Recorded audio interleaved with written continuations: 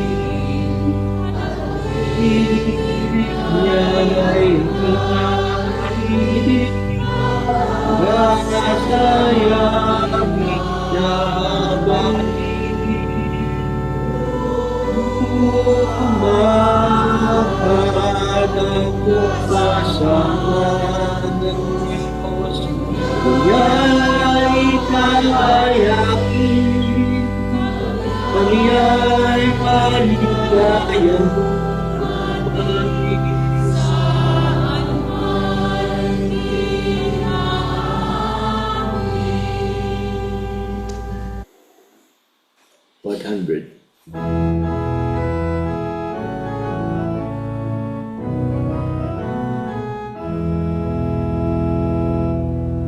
Ay galak ang puso malaya at landas ng labanan.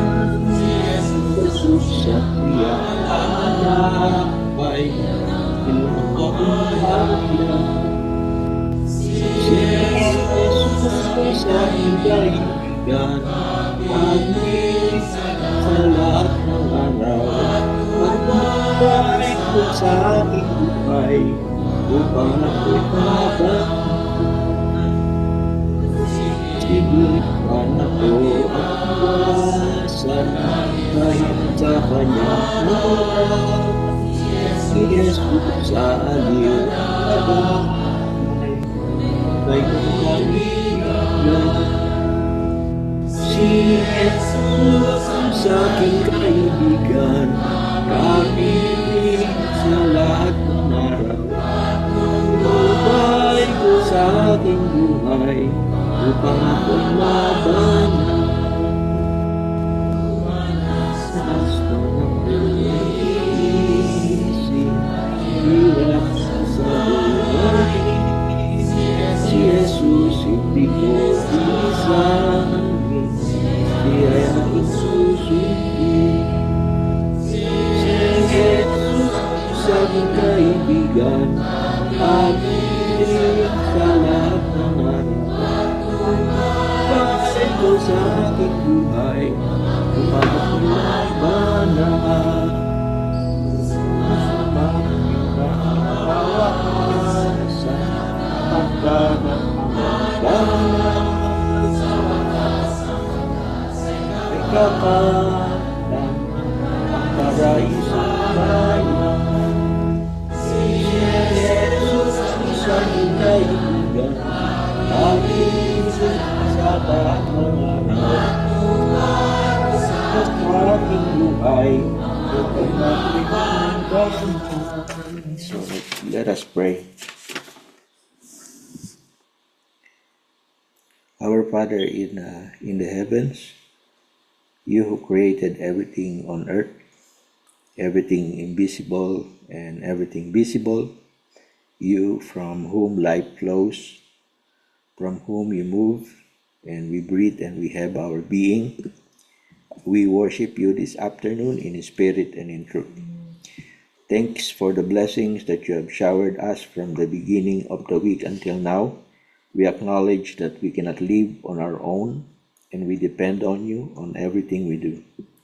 We put our trust in you, in your mercies and providence. Thank you for providing for our needs.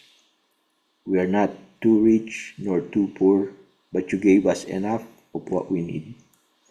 We express our guilt and we are sorry for our trespasses.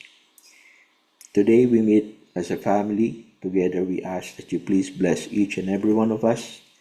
Make us and mold us into your workmanship according to your righteousness and holiness. We pray for wisdom and knowledge and help us understand your will for every one of us. We pray also for those who oversee us and put a lot of effort to guide us spiritually. Please bless them in everything they do. Please help us in our own troubles, our sorrows, our challenges and sadness, our anxieties in life, and help us to trust you even more.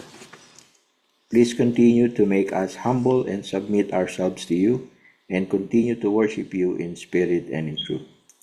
Please accept our worship service as a pleasing aroma to your most holy name. In the name of our Lord Jesus Christ, amen.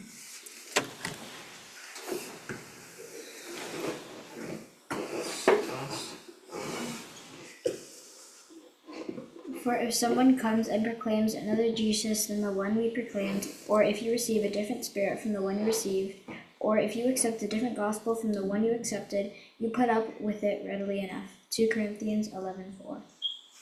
Thank you. Are you able to help me? Yeah. Yeah.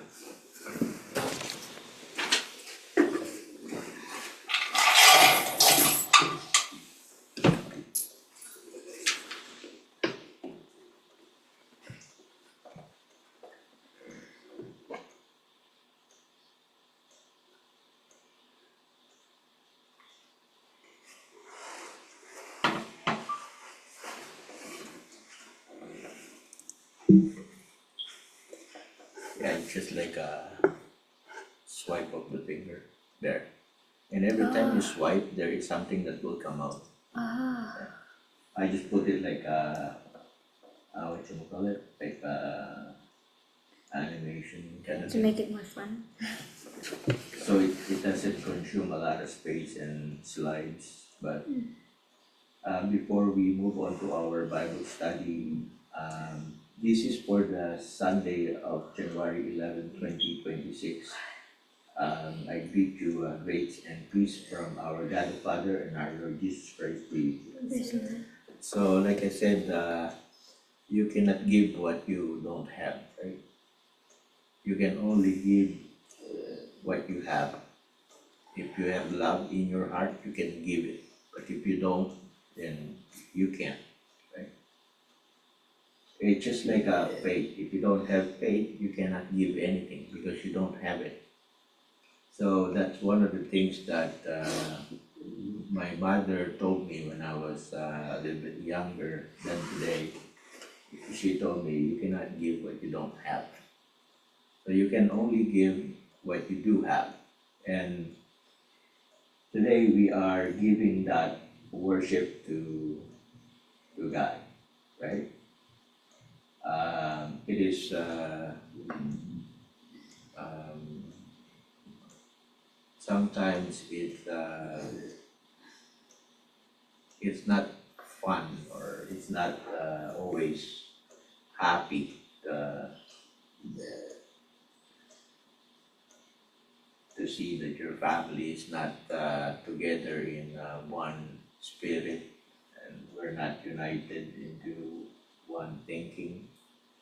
But hopefully, in time, everybody will agree to one thing, and that is to acknowledge that there is a God that bless each and every one of us with life, and that we need to worship Him, right?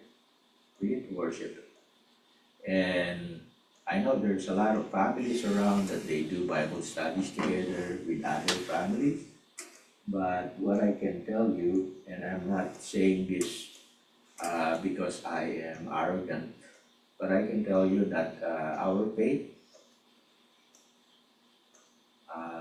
I'm not saying this to be arrogant, but our faith, we can fight for it like in an argument. It will stand because it's been proven to stand any debates, like any kind of debates in the past. Our church history will tell us that our ministers, our elders and pastors, they debated with other ministers, they debated with other pastors of other churches, and I can tell you that they prevail in that argument fight. But we're not really argumentative or too feisty about our faith. What I'm saying is, if we only see that our faith will stand in any, what you call that, in any inquiry, that means it is something that you can stand up for. And I don't want to debate with anybody, but sometimes it is very tempting to do that. But because we live in a society that is free, they can believe whatever they want, and I can believe whatever I want. But the thing is, we need to believe what the Bible says, because the Bible is the basis. The Bible is the basis of our faith. If a faith is half biblical and then half not, then I don't think that's gonna stand the test of time. You may flourish in this earth with big numbers and that, but what about when God actually judge our faith? Like, did you do this or did you do that, or is your faith according to the Bible or according to the words of God or not? So in the end, we will see who will go in or not. Then I guess we just have to see. But it is too late then. I tried my best to guide you guys since I thought that you were ready. But if that's not enough for you, then I can just teach you. I can only teach you what I know. But if you don't like it, then I can't force you to it. I can't. Like, I just can't. But the thing is, it is the father and mother's responsibility to teach the kids. That's the important thing. It is the parents' responsibility to pass on the torch or the teachings. And if we do that, then we're good. We're not gonna be liable for it, right? If you follow it, then it's good for you. But if you don't, it's not my fault anymore. That's your mom's fault, not my fault. As long as I told you, this is what we need to do. Now, our Bible study is about who the Lord Jesus Christ is, because other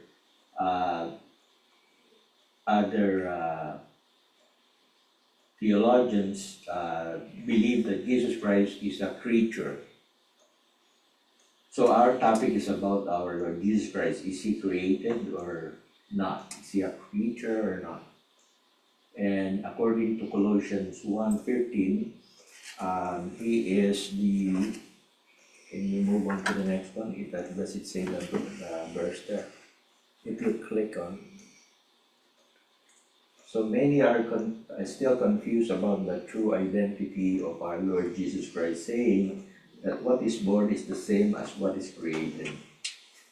Through that question and answer below, let the Holy Scriptures answer. So I use Google Translate to translate the Tagalog, because our Bible study and messages are written in Tagalog, and I use Google Translate, and I just kind of look and see if it is accurate. So that's the best that I can do as of the moment. So I'm not an English major or Tagalog major or translation master or anything, but that's what is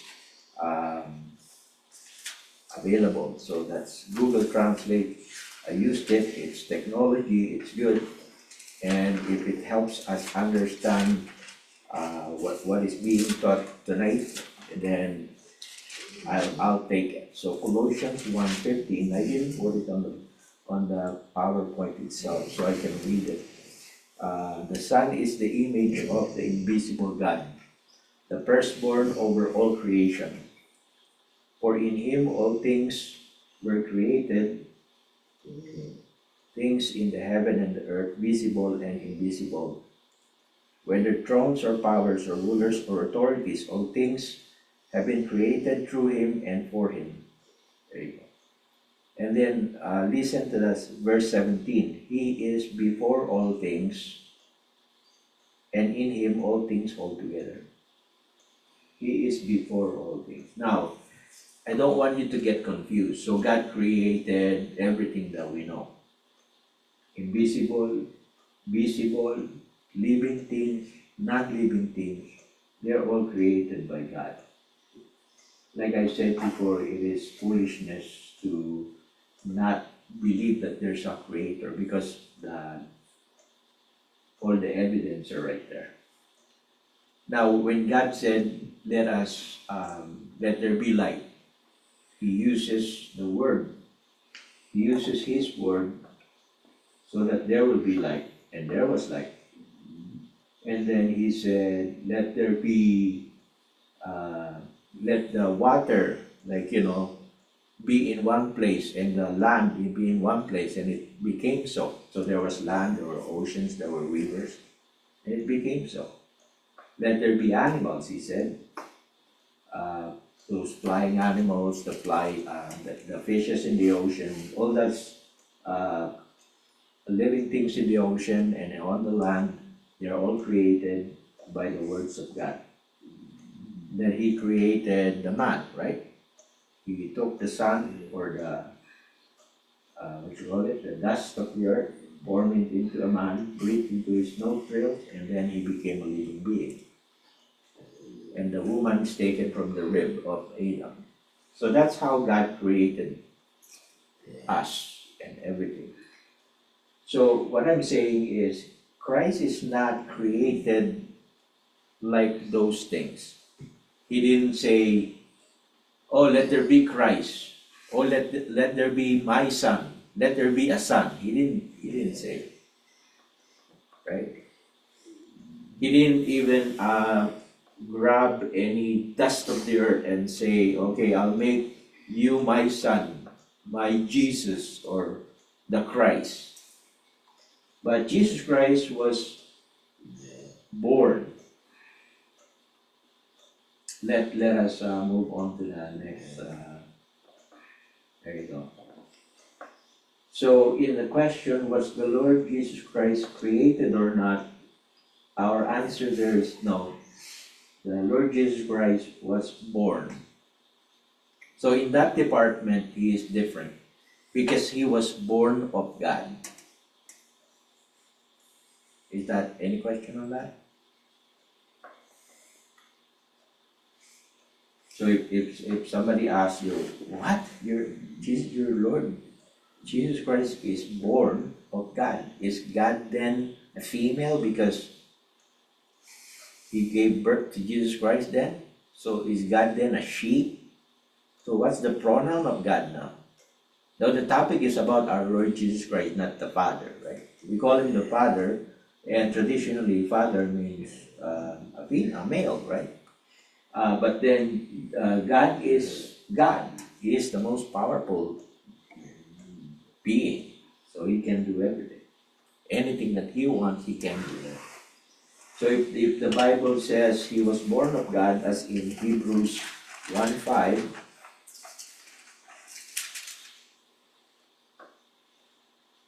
he said, for which For to which of the angels did God ever say, "You are my son, today I have become your father"? Or again, "I will be his father and he will be my son"? And again, when God brings his firstborn into the world, he says, so he is a firstborn. So he is very different from all the creatures that we know. The way that he came into being, he was born of God. So I think that's the main topic is we know that our Lord Jesus Christ is the firstborn. So before everything existed, Christ was the first one to exist. And he is the on the top of all creation. He is supreme. He was there before all things. Next one, please. Okay. So the question was that which was born not created? Yes, because all things were created by God the Father except our Lord Jesus Christ. So that means that God created by words and by his hands, but our Lord Jesus Christ is not created like that. I think that's the main point. Okay, so don't be confused. Arius, in the time of, if you read church history, there's a theologian in the church called Arius, that's his name, and he believed that Jesus Christ is a creature. And so the church in Rome, they did not believe that, and there's another guy, Athanasius, who said, no, he's not a creature. He is above all those things. He is not like a creature that was created by God. He is the firstborn of all creation, before all creation was made. So that is status quo in the church, that he is not a created being just like us. Because God creates people. How does he create people right now? How does he create humans? He doesn't like pick up dust and then form it into a human being. The man and the woman live together, they become husband and wives, and through procreation, God creates, right? God creates human beings. He created the Son by giving birth to him. Next one, please. For by him all things were created. So Jesus Christ is there, and by him, so he is part of creation. Next, please. Why is it said that our Lord Jesus Christ is the firstborn among the creation if he's not among the creatures? I've already read this, that he is the image of the invisible God, the firstborn of all creation. Who is the image of the invisible God? The firstborn of every creature. Answer, because all creatures of God were not yet there, our Lord Jesus Christ was there. So that's what I already mentioned, right?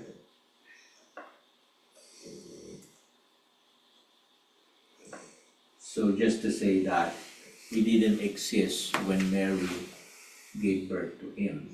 He's already there. Okay, next please. The Lord possessed me at the beginning of this way. So if you read the whole verses there, the Proverbs 8:22 to 30, you will see that our Lord Jesus Christ is saying that he was possessed by God, he was born by God in the beginning of his ways. I think I'm going to read that just because it's also one important verse about our Lord Jesus Christ, and it was written in the book of Proverbs by King Solomon. He said, "The Lord brought me forth as the first of his works, before his deeds of old. I was formed long ages ago, at the very beginning when the word came to be.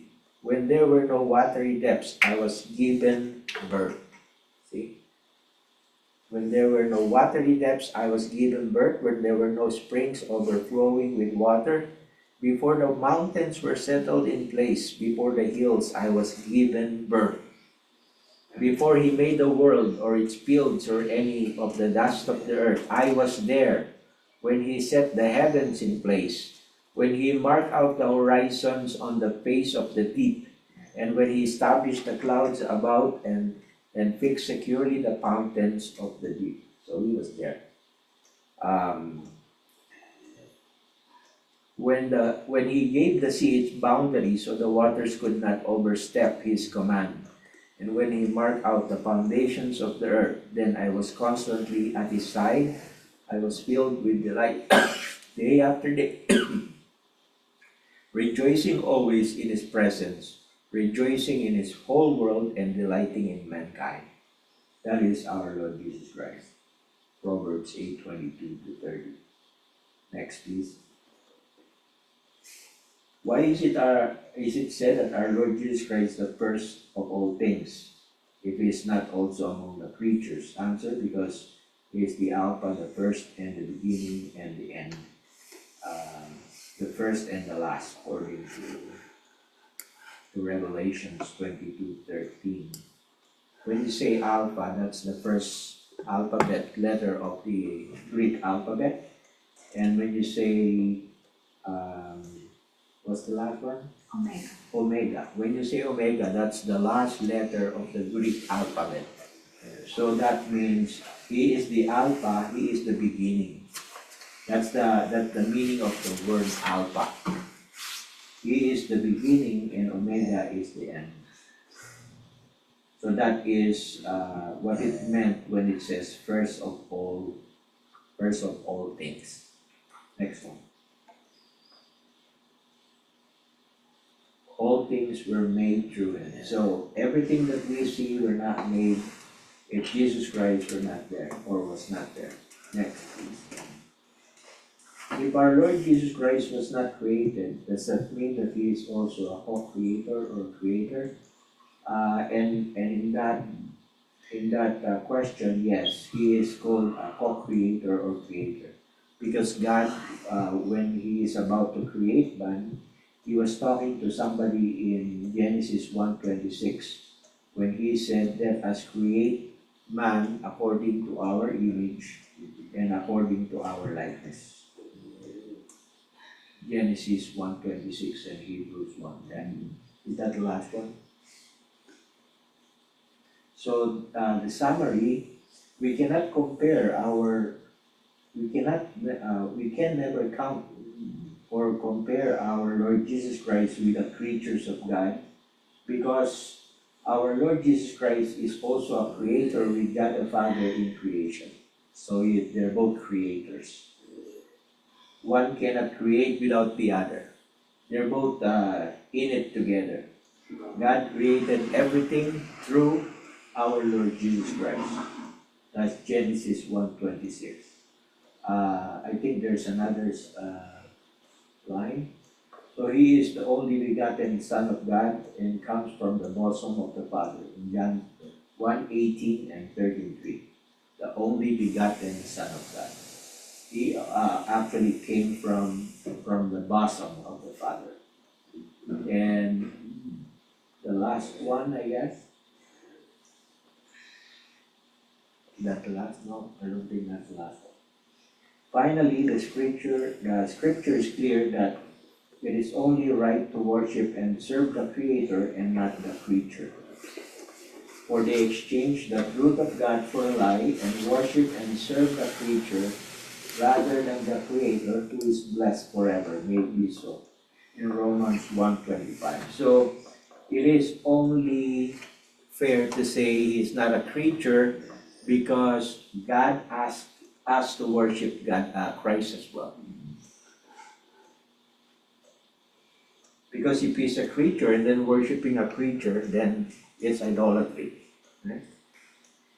So it is but logical to say that he's not a creature just like us.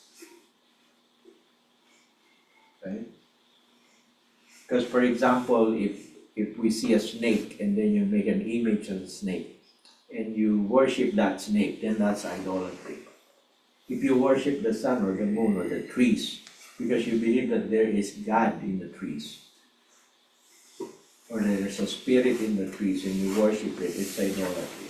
Those are things created by God. But Jesus Christ is not like that. He was given birth. God gave birth to him. It's not like all the other ordinary creatures. Any question? So it is important to know who the real Jesus Christ is, because it will give us eternal life. And I want to end our Bible study by quoting 17:3 of John. And this is eternal life, to know you, the only true God, and whom you have sent, our Lord Jesus Christ. So it is very important to study Christology. It is very important to study who Christ is and have a right knowledge of him, and so that we will have eternal life. Again, I read you grace and peace from our God the Father and our Lord Jesus Christ. Let us sing.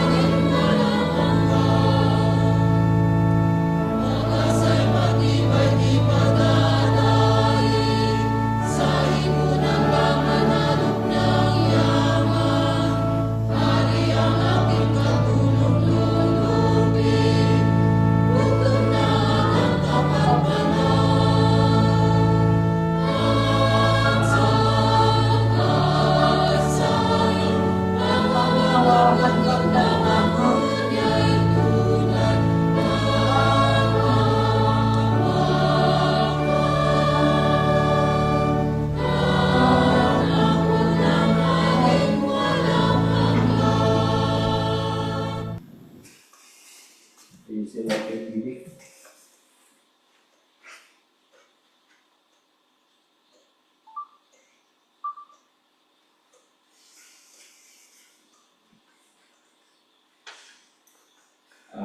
Again, I greet you grace and peace from our God the Father and our Lord Jesus Christ be with you. Amen. So our message for today is very important to note.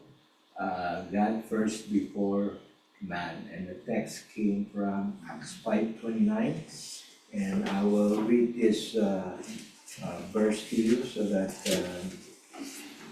you would understand. So I chose not to put all the verses there so that you will listen to the readings. This is what it says. Peter and the other apostles replied, "We must obey God rather than human beings." So why is this verse written? So if you look at the context of this verse, there is a reason why it was written like that. We must obey God rather than human beings. In context or in application first, We must obey God first before man. So the Bible says, don't forget our meeting together. That's what God said. Don't forget our meeting together as is the habit of some, but encourage one another all the more as we see that the day is drawing near. If people say, no, I don't want to do that, well, I will do it because that's what God said. Don't forget your meeting together. No matter what people say, no matter what other people think, I would obey God first before any human being. And nobody can dictate me what I will do. I will continue to worship God in spirit and in truth because God is first. I don't care. If nobody follows me or what I said, I don't care about that. As long as I would follow God first. So what was happening? Why did Peter say that? Well, because in the beginning of the church, they were preaching, right? They were persecuted because the high priest, the associate, the members of the Sadducees, they were filled with jealousy. Because a lot of people were listening to the apostles when they preach about Christ. So they arrested the apostles, put them in public jail. But during the night, you know what happened? The angel of the Lord opened the doors of the jail and brought them out. And then the angel said, go stand in the temple courts and tell the people all about this new life. At daybreak, they entered the temple courts as they had been told and began to teach the people. See, they were forbidden. They were forbidden to preach. They were put to jail because they were preaching about Christ. But then they were freed from jail. And they were told, no, go there and preach. And then so they preached. When the high priest and his associates arrived, they called together the Sanhedrin, the full assembly of the elders of Israel, and sent to the jail for the apostles. But on arriving at the jail, the officers did not find them there, so they went back and reported, we found the jail securely locked, with a guard standing at the doors. But when we opened it, we found no one inside. On hearing this report, the captain of the temple guard and the chief priests were at a loss, wondering what this might lead to. Then someone came and said, look, the men you put in jail are standing in the temple courts, teaching the people. At that, the captain went with his officers and brought the apostles. They did not use force because they feared that the people would stone them. The apostles were brought in and made to appear before the Sanhedrin. To the question by the high priest, we gave you strict orders not to teach in his name, he said. Yet you have filled Jerusalem with your teaching and are determined to make us guilty of this man's blood. That's when he said, Peter and other apostles replied, we must obey God rather than human beings. And if you read the whole verses after it, he said, the God of our ancestors raised Jesus from the dead, whom you killed and hanging him on a cross. God exalted him to his own right hand as a prince and a savior, that he might bring Israel to repentance and forgive their sins. You see, that's the whole meaning of it. The authorities in the time of the apostles, they arrested the apostles. The apostles are the very close friends of Jesus Christ. They're the core group. They are the people that are really the inner group of Jesus Christ. Originally 12 disciples or 12 apostles. These apostles, they boldly preached the word of God. They didn't care if they were put to jail. They didn't care if they're being persecuted, harassed, and bullied almost. was more than bullying, was they were in jail. God helped them. God freed them from jail himself. He used an angel to do that. And then they stood up for their faith. That's what God wants us to see from us, is we're standing in our faith.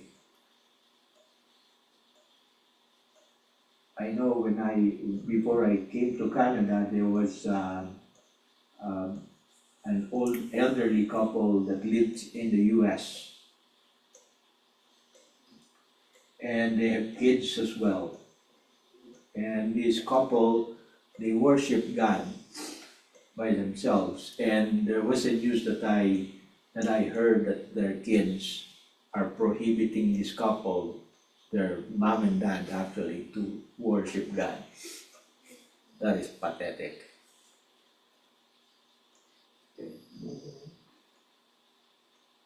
They're prohibiting their own dad and mom to practice their religion.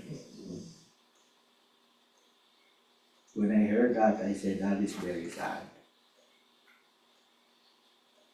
That is the very sad state of parenthood in the first world country.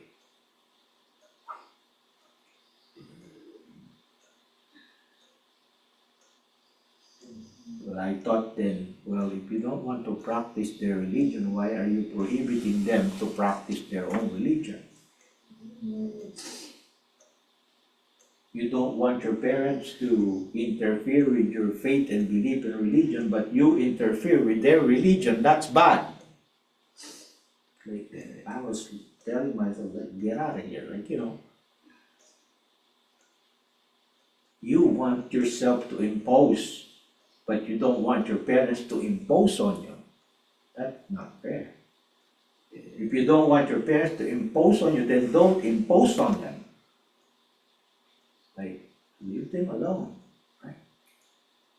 Like, I know that we can figure things out on our own. Then go figure it out on your own. But don't force your parents to stop worshiping God. And I gave that as an example because that's the sad state of Filipino immigrants.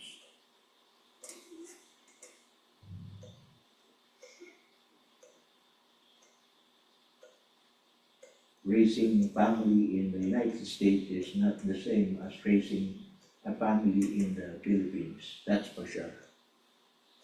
Because in the Philippines, you have a lot of family around to support you and guide you even more. But here, you're alone, you're isolated. You're isolated in a place that you decide to leave because there's a promise, a little bit more, promise of a little bit more prosperity in a lot of things.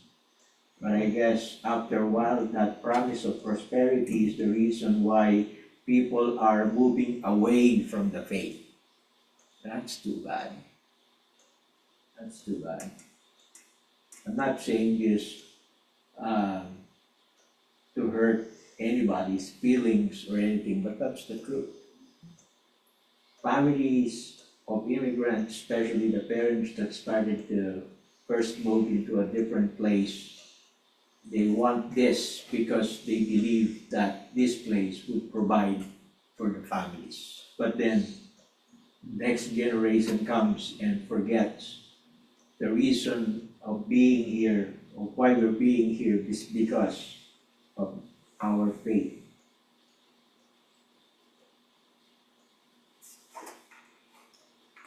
And I believe it.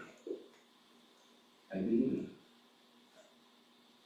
Before I got here, I prayed for it. You see, we believe, we prayed, we do everything we could to get here. But then the next generation doesn't understand that too. So there's no looking back, right? In Tagalog, we call it, ang hindi lumingon sa pinanggalingan ay hindi makararating sa paroroonan. The one who doesn't look back to where he came from could not go to where he's supposed to be. You know what that means? Looking back is looking back at the history of your family, how you got here, how your family became a part of this community, this very cold, icy, snowy community. And I think we should look back and look back at how our families, our parents, sacrifices and all that. And you are benefiting from all those. Please look back.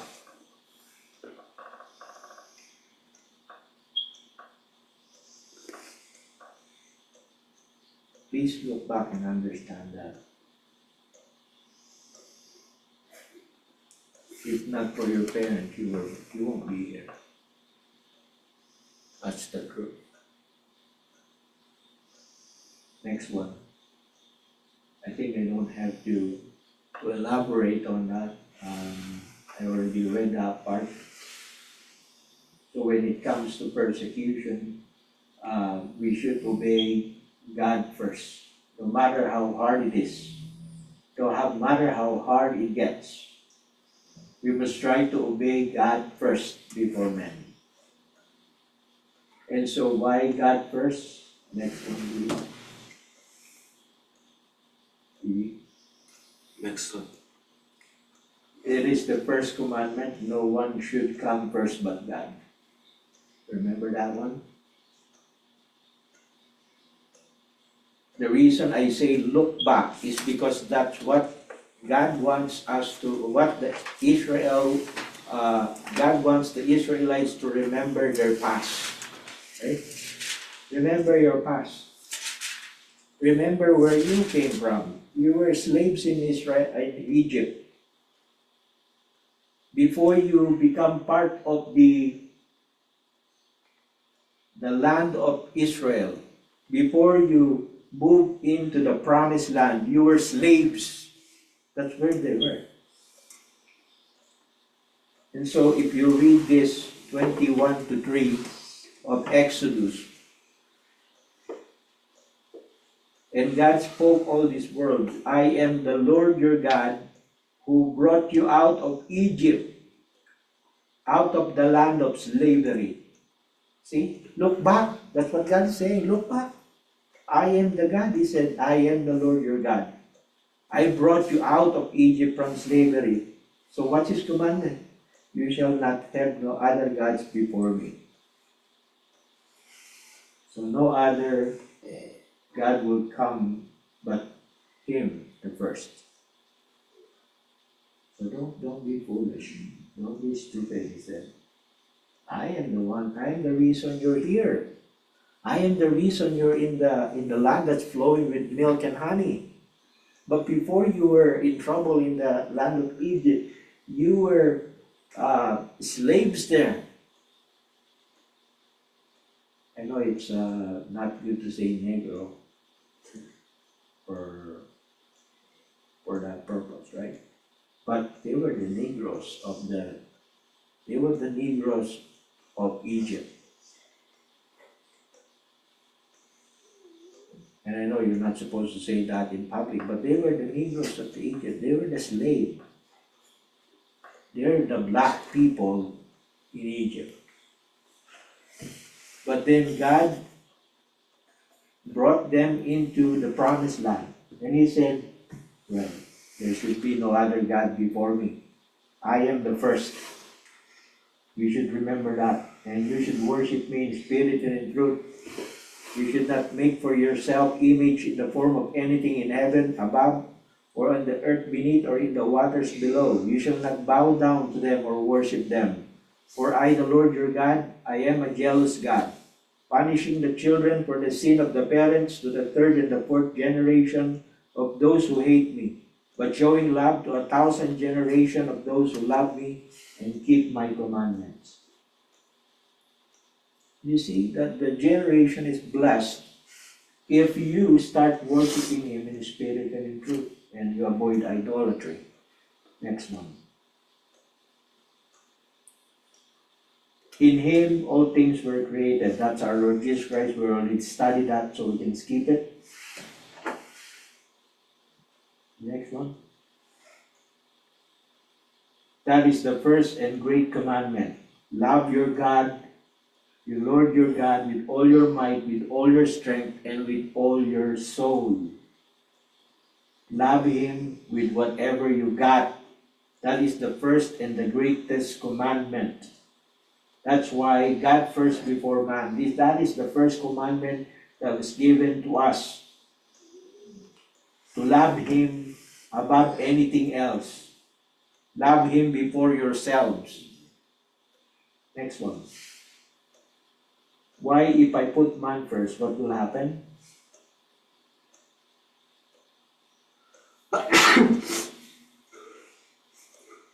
You will not be worthy of Him. 10:37. I would like to read that. Because if you put man first before God, so I don't worry. Like, I know it's terrible to see your kids not really wanting to follow what you teach them, but I don't care because you put God first. That's what it says. Anyone who loves their father or mother more than me is not worthy of me. Anyone who loves their son or daughter more than me is not worthy of me. So you should not love your parents more than God. You should not put your kids, your son and daughter, above God. You should love God first.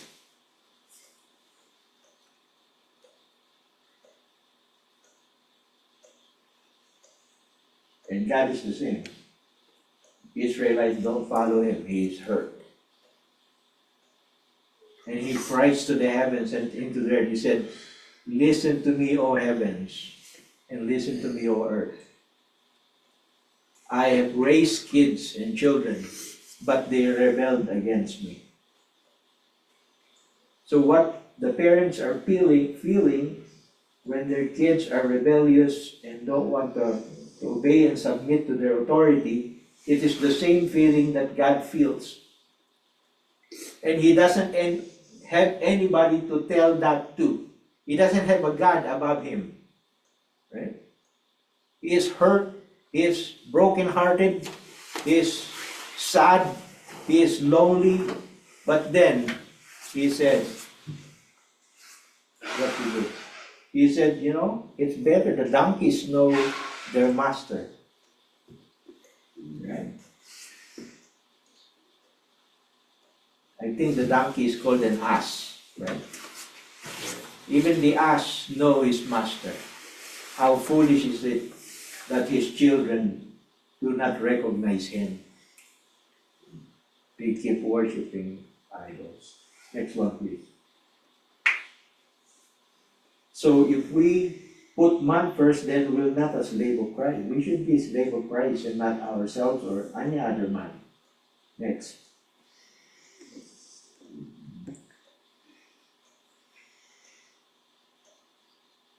No, I think it's supposed to be the next slide. Yeah. What does God promise if we put Him first? Okay. Thank you, Phoebe, for scrolling. Scroll again.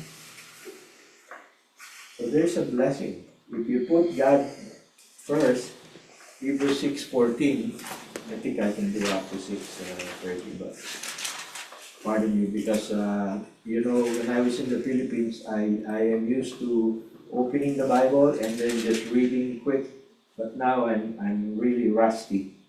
6:14 it says, saying, I will surely bless you and give you many descendants. So actually having kids, having a big family is a blessing from God. And blessings is materially and spiritually. Prosperity is also a sign of blessing. Next one. And in Hebrews 13:5, it is a promise so that we won't lack anything, but we won't be forsaken as well. It says, keep your lives free from the love of money and be content with what you have, because God had said, never will I leave you, never will I forsake you. When it comes to the things that we need, God will not leave us, and God will not forsake us. God will not let us be wanting or lacking anything if we put Him first. That's why we need to go to church and attend our meeting together. If we do that first, because of our love of God, we put Him first, then we won't be lacking. There will be blessing. Next one. When God is first, God, everything will follow. That's a typo. God will, everything will follow. So seek ye first. Do you remember that verse? 6:33. Seek ye first, He said, the kingdom of God. You can turn on the fan so that the smell will go that way. Seek ye first the kingdom of God, and all these things shall be added unto you.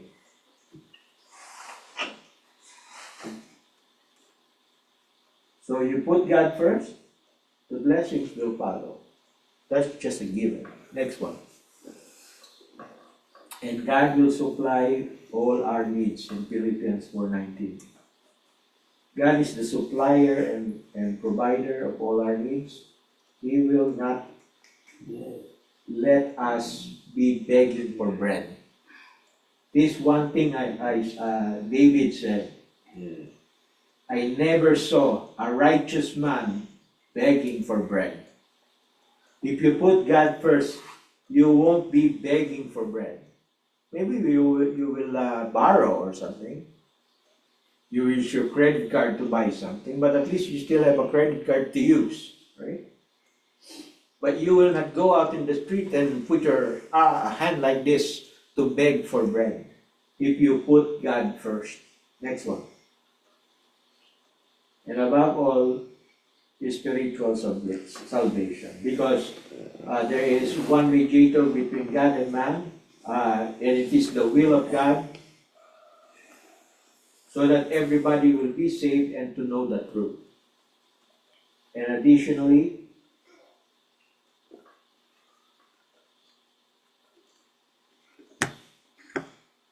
we know that we cannot serve two masters, because it is written, no one can serve two masters, for either he will hate the one and love the other, or else he will be devoted to the one and despise the other. You cannot serve God and mammon. Even he who loves man more than God is not worthy of him. Is there any more slides, or that's it? Because we know that loving neighbor or people is only the second commandment. So that's the second commandment, right? Love your neighbors as you love yourself. But that is the second commandment. You also need to love people and put other people first. But before that, you should love God first. God first, people second. If there's a commandment prohibiting us to worship, we would not follow that. And we will continue to worship in spirit and in truth. Is that the end of it there? And the second is like it, that you shall love your neighbor as yourself. And any other one? So this is the lesson. The lesson of our message for tonight is to put Him first. Remember that God in our past is also our present, is also our future. Put Him first, and when you have done this, all the blessings will be given to you. At the end, again, I greet you grace and peace from our God the Father and our Lord Jesus Christ. Let's all stand up and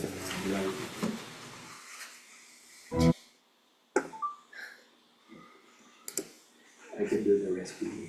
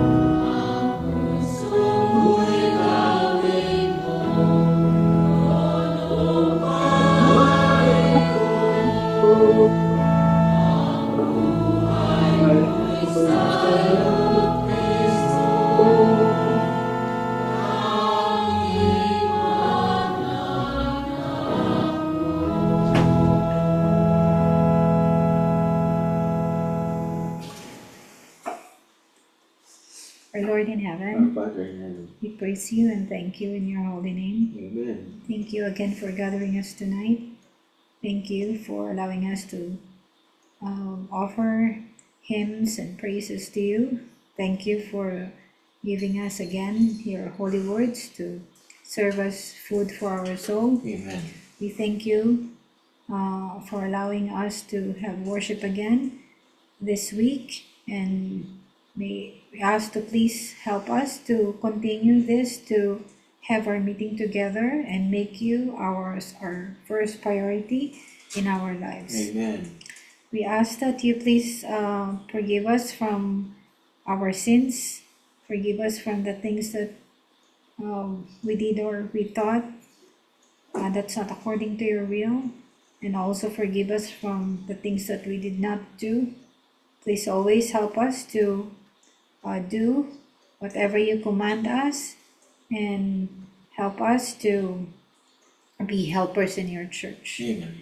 We ask that you please bless our brothers and sisters all over the world.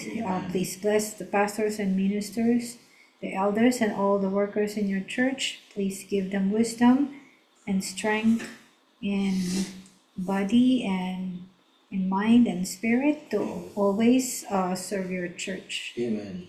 We ask that you please bless everyone who's having some troubles or some problems. Please help the young members of your church. Please help them to keep the faith and keep away from the influences of this world. Amen. Please help them to always remind them that they have an obligation to worship in your name. Amen. We ask that you please help us in everyday undertakings that we do, in our work, in our studies, in whatever we plan to do. Please lead us the way and always help us in our decisions. May you always be our guide and our comfort, and may we always seek help from you, and because we can't do anything by ourselves, and we always ask for your guidance and help. Amen. We thank you again for everything that you give us again this week, all the material things, all the taking care of us when we travel and we work and we go everywhere. We thank you again, and this we ask in the name of our Lord Jesus Christ. Amen.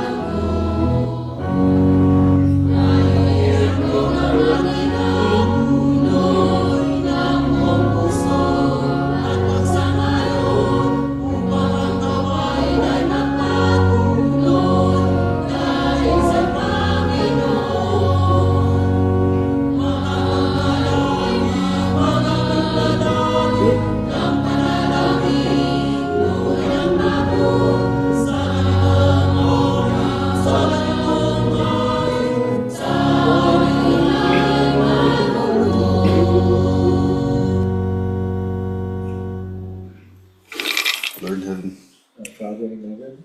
we praise you and worship you in spirit and truth. Amen. Jesus bless this money so much as can be laid, and please bless the pastors, ministers, and elders of the church. Amen. Thank you for giving us time here to meet today. Amen. This be us, our Lord and Jesus. Amen.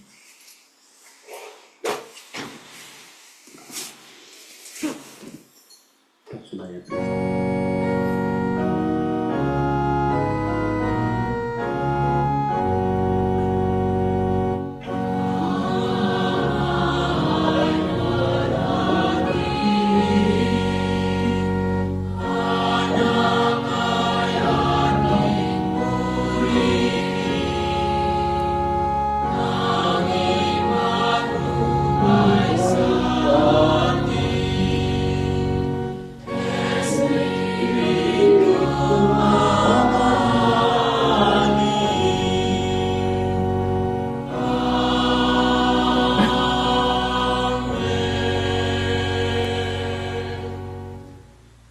And now, brethren, be with us the mercies and the love of our Lord God Almighty, the salvation of our conqueror, our Lord Jesus Christ, and the community or communion of the Holy Spirit be with us all, now and forever. Peace be with you.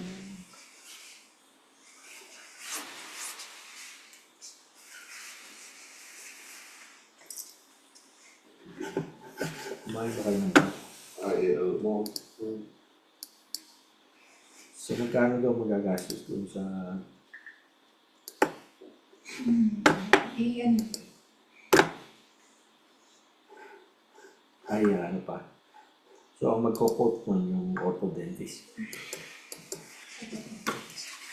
Within 2 weeks, right?